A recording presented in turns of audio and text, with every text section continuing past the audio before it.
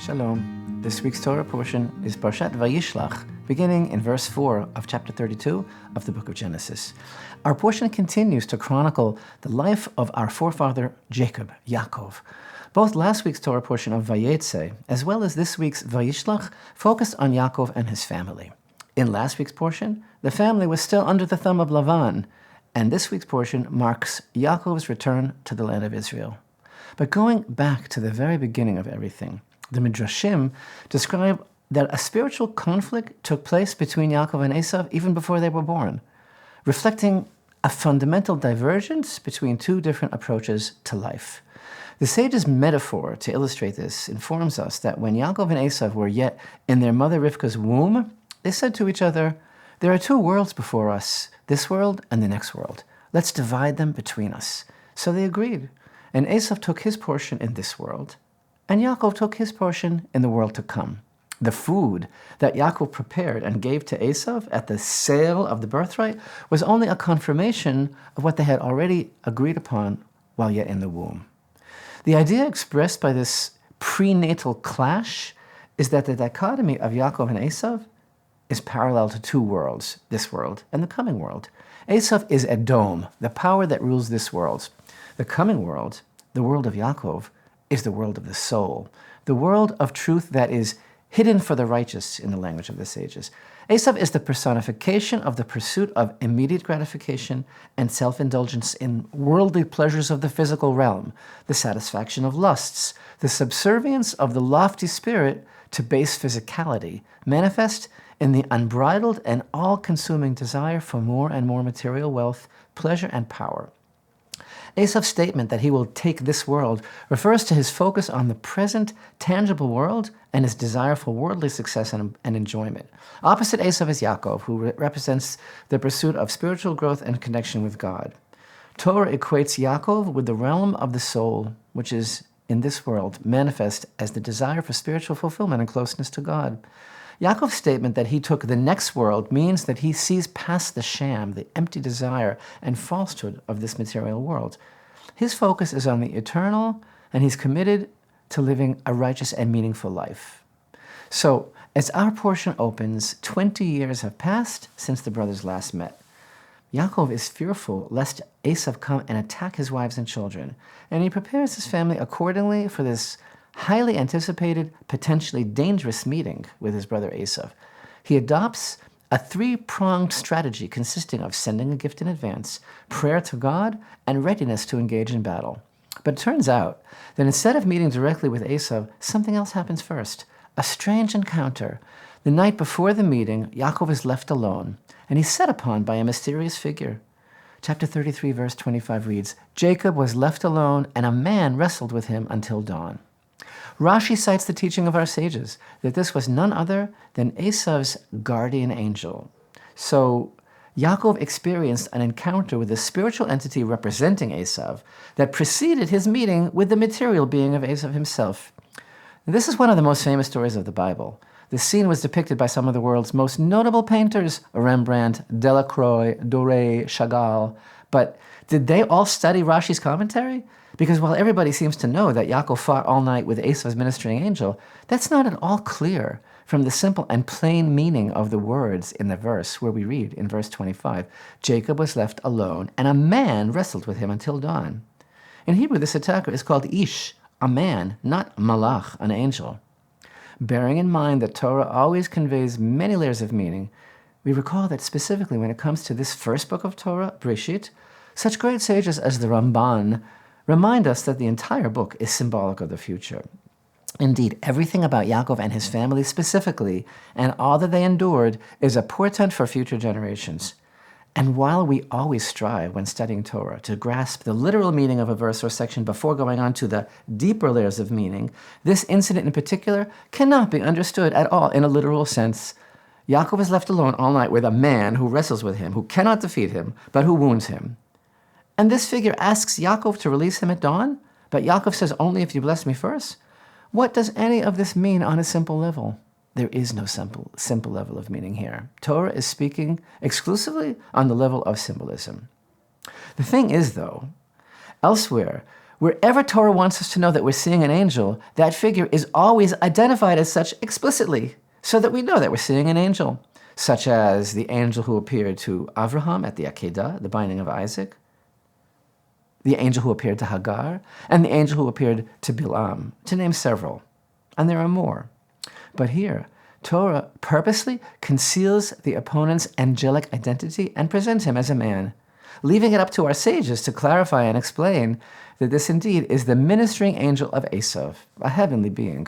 So there is a deliberate blurring here that serves to emphasize the significance and importance of Yaakov's meeting with two sides of Esav, as it were, both the material Esav and his metaphysical counterpart. So open up your heart. What is this really all about? What does Torah seek to teach us by going out of its way to have us understand that the night before Yaakov actually met with Esav, he met this figure whom the sages tell us was the Sar, which means officer, that is to say, the ministering angel of Esav.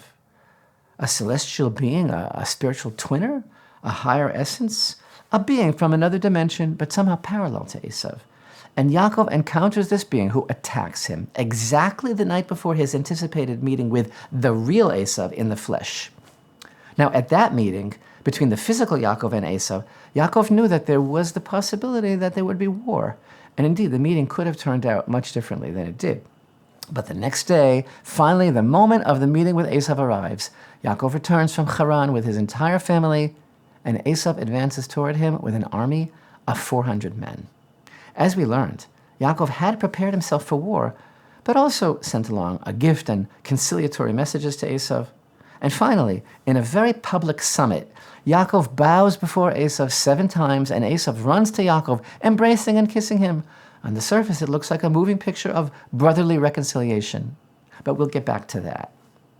Now, we know that by identifying this mysterious figure as Esav's angel, we're being taught something essential about Yaakov's struggle with Esav himself. Yaakov had suspected that there would be trouble, perhaps even bloodshed, and he prepared accordingly. But when it came to the actual confrontation, there was no struggle. But at least ostensibly, there was reconciliation.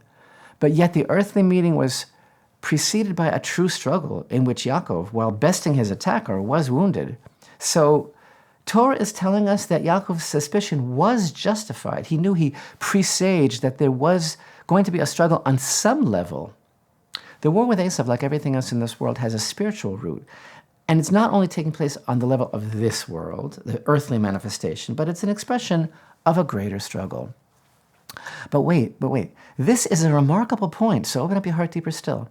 Why is it that there's no harmony, there's no consistency between what happened on the spiritual level and what ultimately transpired in its counterpart, the actual battle in reality? If Yaakov's meeting with the angel was a prophetic experience that was meant somehow to impart important lessons, then why did it not conform to its corollary in the realm of our tangible reality? In the spiritual sequence, Yaakov struggles with the angel all night long, and although he emerges as the victor, he was struck and wounded. But in the material dimension, when the two brothers met, they reconciled, and the event passed peacefully. So the symbolic story that took place on the spiritual level does not correspond to what actually happened. We would think, would we not, that there would be symmetry between these two dimensions of the Yaakov-Esav dichotomy, but there isn't. And deeper still, there's another important point to consider. Torah's narrative emphasizes that the struggle was not easily resolved. Torah does not depict it as a passing quick skirmish. It lasted the entire night. Yaakov was left alone and wrestled with his opponent until dawn. So open up your heart in the deepest way as we look once again to the words of the great medieval sage Nachmanides, known as the Ramban. He writes that Yaakov's struggle with the angel presages the ongoing struggles with their adversaries that future generations of his descendants would face. That it's a depiction of times of darkness in the reality of the fabric of Jewish history. That this whole thing was not about Yaakov at all, but it was about the future. It was about his children. Yaakov is the root of the nation of Israel, and his life was the template for the future of the Klal Yisrael, all of Israel. So he was shown that there will be dark times during this long night of exile when he will be left alone to engage in a fight for his survival with no one to help him. This will not be easy, because it's not going to be a complete victory until dawn, and it's not going to be smooth. After fighting with him all night, the angel was not successful in defeating Yaakov, but he did succeed in wounding him, foreshadowing that his future descendants will sustain wounds. In his commentary on our Parsha, Ramban cites from the writings of the sages and states that Yaakov's struggle with Esav's angel foretells times of terrible decrees for the nation of Israel. The decrees known as Shmad, attempts to compel the Jews to abandon their faith and destroy them as a people. Historically, there have been so many instances of this Shmad during the time of the Romans and the Greek rule in ancient Israel, and of course the Spanish Inquisition and the Crusades and other periods of persecution, all the way to the persecutions of our own time, as we all know so well. Bear in mind that Nachmanides lived in the 13th century. He passed away in the year 1270, and by his time, entire Jewish communities all across the lands of their exile had already experienced such decrees. He writes about the torture and decrees of execution that were inflicted upon the Jewish people, but yet, he points out, after everything, after all the wounds that the nation has endured and continues to endure, chapter 33 and verse 18 states, Yaakov arrived shalem, intact, complete. His struggle with the angel bears witness to his descendants confronting and overcoming the onslaughts of their adversaries throughout the ages. In the beginning of chapter 33, we learn that Yaakov prepared his family to pass before Esau, and then verse 3 tells us, then he himself went on ahead of them and bowed earthward 7 times until he reached his brother. It's important to examine what really happened at this meeting. How could Yaakov, the perfection of the forefathers, who is the man of truth, as in Micha chapter 7 and verse 20, whose name just the night before was clarified to be Israel by the angel in validation of the blessings truly belonging to him, how could Yaakov bow down before Esav, the murderer, the personification of falsehood, materialism, and idolatry? Just imagine if the media were covering the event, they would have reported that Yaakov admitted defeat and surrendered before his brother, bowing down before him. The holy sages of the Zohar tell us the awesome secret, the inner meaning of these words, that Yaakov went on ahead and bowed earthwards. Yaakov had reached such a high level of spiritual perception that actually all he saw was the Creator before him. Precisely at this critical moment of the meeting with his brother, Yaakov experienced a powerful revelation of the Shekhinah, and it was before the divine presence that he bowed 7 times. He didn't even see Esav. The media covering the event and everyone else looked superficially and saw him bowing before his brother, but Yaakov saw his own inner vision. And looking superficially, this is great. This is so nice. Okay, the angel wounded Yaakov, but the brothers actually made peace. Chapter 33 and verse 4 reads, Esav ran towards him, embraced him, fell upon his neck and kissed him, and they wept. After all the tense anticipation and apprehension, there's no violence. But Torah is teaching us a profound lesson. As mentioned, for all appearances, this looks like a moving picture of brotherly reconciliation. Not really. The sages comment enigmatically, don't read the word as nishika, that Yaakov kissed Yaakov. Read it as nishicha, he bit him. He tried to kill him with his teeth. Esav was still trying to kill Yaakov through his tears, through his embrace, through his smile. And this is the meaning of Rabbi Shimon Bar Yochai's well-known teaching. It is halacha that Esav hates Yaakov, meaning it is a fixed and unchanging principle. With their penetrating insight, our sages are issuing a warning for all future generations, all throughout history, for those of us who in their own time will participate in the continuation of this meeting. And the warning is, don't be fooled by Esav's embrace. Don't be taken in by appearances. Look at what's really happening beneath the surface. Don't think that the enmity of Esav has passed. Don't look at his props.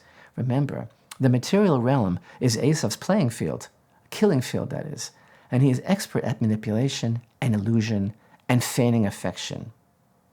The collision reaches fever pitch with the inhuman hatred of Amalek, Esav's descendant.